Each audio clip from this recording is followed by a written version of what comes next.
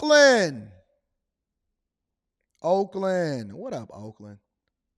What's going on over in Oakland?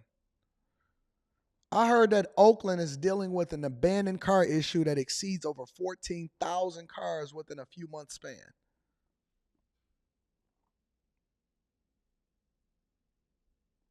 I said, what? What? Shout out to my dog, E. Fonzarelli, Yuck Mouth, Filthy Rich. I said, Oakland, it can't be this bad. All of the businesses is leaving. All of the people is unsafe. And y'all dealing with an abandoned car issue. It can't be this bad. Is it that bad? Let's see. Let's see what the people talking about. Make sure I hit a like for the algorithm. Oakland city leaders are taking action to fight a major quality of life problem, talking about abandoned cars dumped on the city streets. Yesterday, the city council passed a measure to hire a team of 15 new employees to sweep Oakland and clear out all these dumped vehicles. The city will use vacant Caltrans lots beneath freeway overpasses to store those abandoned cars. Wait. They're going to use what to store the abandoned cars? Vacant Caltrans lots beneath freeway overpasses to store those abandoned cars. A report obtained exclusively by the ABC 7 News I-team shows just how bad the problem is and which neighborhoods are being impacted the most. ABC 7 News I-team reporter Stephanie Sierra went to see for herself, and she's here with us to show us what she found. Stephanie? Yes, Dan and Amma, we did a ride-along through East Oakland, and within minutes we saw dozens of abandoned cars that were reportedly stolen weeks or many months ago, but they just sit there. And as we found out, certain areas are being targeted for these so-called dump sites. You're not going to believe what you're going to see, but we'll take you there. Is that Oakland? Listen, I know that, what's the food critic's name? Keith Lee.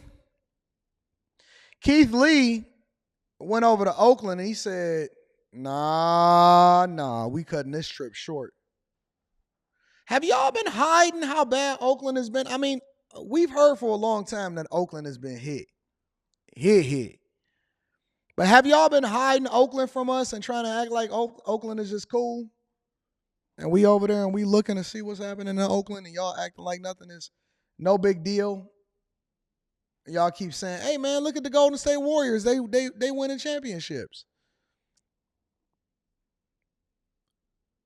The car is on its side, turned into a home. Is that what I'm looking at? They put a door and some drywall and some wood on the bottom, painted the wood, and turned it into a home? That can't be what I'm looking at. Is that a car or a truck turned on its side and then turned into a home? That can't be it. Can't be it. Impossible. No way, no how. That's what it looks like. They put a door on that joint. Shit. Who turned the car over? It's just tires on top of fencing? Okay. All right. Hey, listen, I don't know. I'm looking at the video like y'all are. Problem that's both hidden Put your camera down.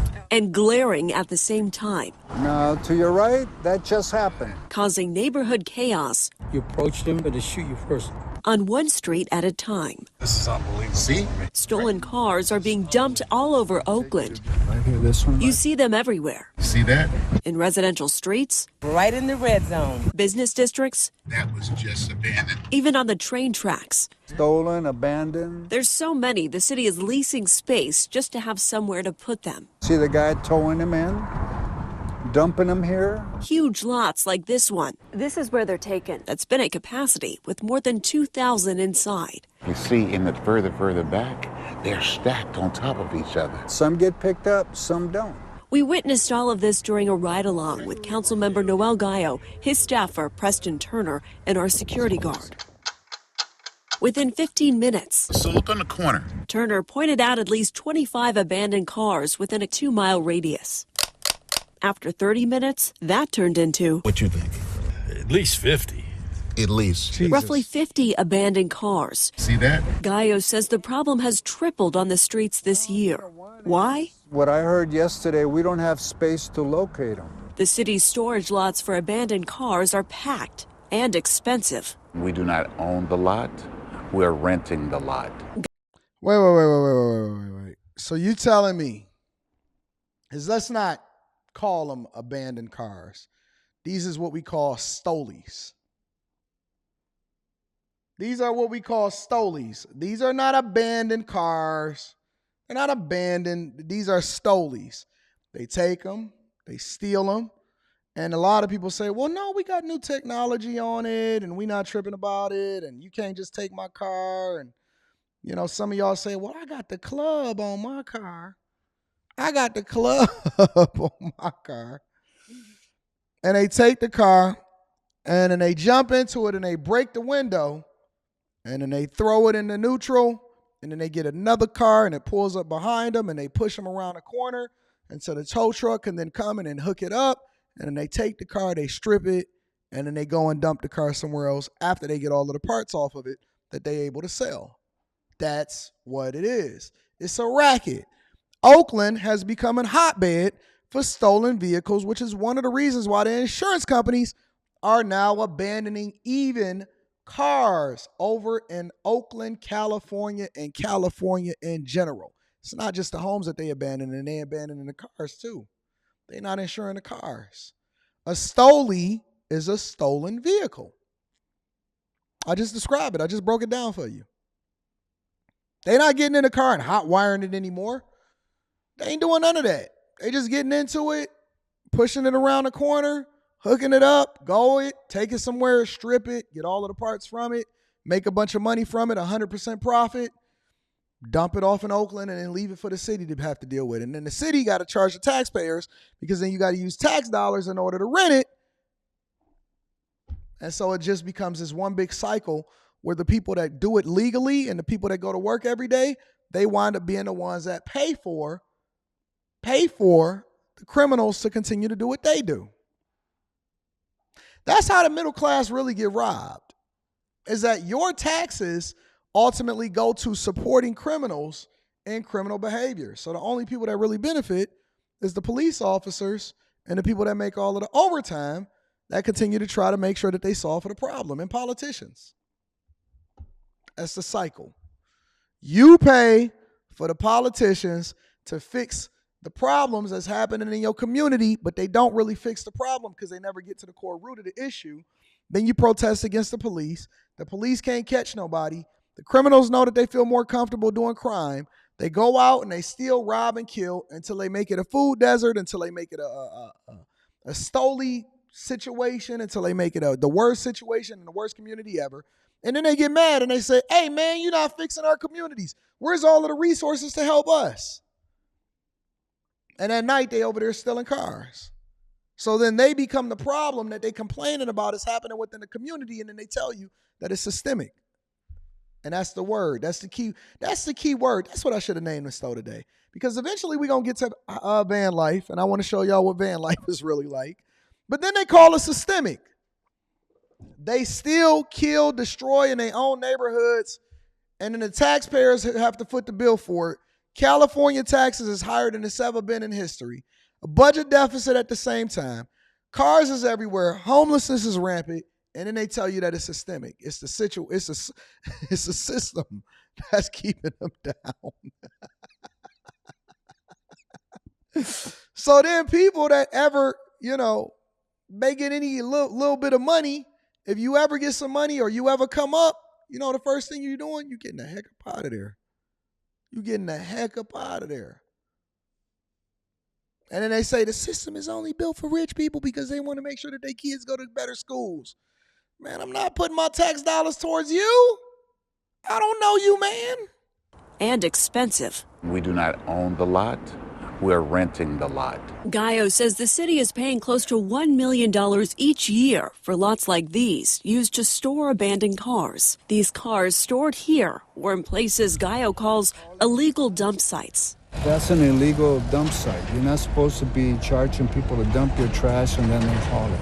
Gallo says these are operations where people strip stolen cars, then sell the parts Told to you. nearby auto shops.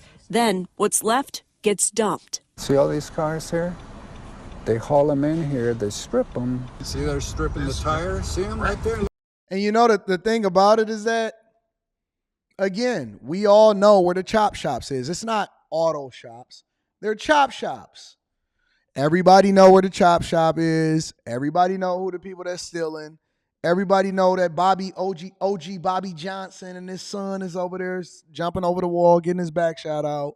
We all know that gangs then proliferate in these cultures because now they fighting over territory and who can do what and who can sell drugs and who can steal cars and who can rob and who could exploit the businesses. We all know where it's happening. We know what's going on. We know what shops is dirty. We know who the side mechanics are. We know who ain't got no licenses. We know everything. The police know. The citizens know. The black people know. The Hispanics know. The Mexicans know. The white people know. We all know. But don't snitch. Even though you're a civilian that's suffering, you better not snitch. He says some are run by known gang members. See? Yo, I own everything. God's honest truth. I have not seen this video. God's honest truth, I have not seen this video. I'm breaking it down for you, and then they start talking about it right after I break it down to you. Don't put your camera down. Why doesn't the cop pull up, find out that it's stolen, and arrest the guys that are stripping the car? Because the cops is going to get sued by the criminals. The challenge. Why don't they do that? Not a priority. They will deal with violent crime. Some of the cars have citations waiting to be towed, while most are just sitting there and look, well, not pretty. Missing a tire. Yeah. It's abandoned. Collecting dust for 3 weeks, 1 month, 4 months, who knows how long. A new report from Oakland's Department of Transportation Shout out to shows Gavin more than Newsom. 13,800 abandoned cars reported just within a 6-month time period last year. To put that in perspective, our analysis during that same time frame found Oakland has more abandoned cars than San Jose and San Francisco, cities with roughly double the population size. And we ask for help, and they say, well, our procedure in Oakland, no pursuit. You're on your own. Exact word. And guess who? Guess who set that procedure up? You. Defund the police. I can't believe, listen, if you see, go and watch any of these videos where it's criminal pursuits, where they go after the criminals, and then go and look into the comments. And all of these cupcakes is in the comments saying, I can't believe that they're endangering the people and the public, and they're endangering people just because they stole a car. It's no way that the criminal should be endangered and they chasing a criminal and getting him in trouble and possibly putting the criminal's life on the line. The police need to stop the pursuit whenever it's not a violent crime. And then the police say, okay, cool. Well, if it's not a violent crime, then we're not going to pursue it or we're not going to get into a situation.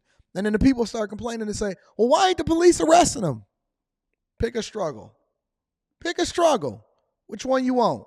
Either you want the police to do their jobs and you're going to enable them, or you want the police to go ahead and just let the criminals get away because it's not a violent crime. Pick a struggle. Which one you want? This is what happens when you have a democracy that's then flooded and populated by people that are cupcakes. The abandoned cars are not only an eyesore, but a hassle. Some park in front of our gate, can't even leave all the time. All right, you see him? Or blocking access to this elementary school, They had these abandoned cars on the sidewalk. which left teachers without parking. It's just not fair. We report them, they clean it up, they're back like ants. Residents like Bernadette Burton are fed up. 17th and Jackson. Every month we have a stolen car there, and it sits there for the whole month. Yeah, the whole block reports it. There's nothing they can do. They just say no? OPD no longer will respond to reports of abandoned vehicles unless it's parked in front of your driveway and you can't get into your house. If not, the Oakland Department of Transportation is authorized to respond. But as you can see, that can take a while. Residents have to wait for it to be reported, cited, and then in some cases, get stuck with the tow bill. It happened to my assistant in my office. She had to pay like close to $500. Why? If you Taxpayers are the ones that's going to foot the bill, buddy. steal my car, do I have to pay? A valid question, right? Why should you have to pay for someone else's crime? That's a question that's being discussed by city officials now. In the meantime, the city is partnering with Caltrans to access additional lots for storage, as well as hiring 15 parking control technicians who will respond to reports of stolen and abandoned cars. We're told Hey, you got it right, Connie. Bernadette, I bet, voted for liberals. Amazing amount of cognitive dissonance with You got it right. And we still have people that sit here. Y'all not gonna be satisfied until we 100% officially are living in Haiti. But, who am I?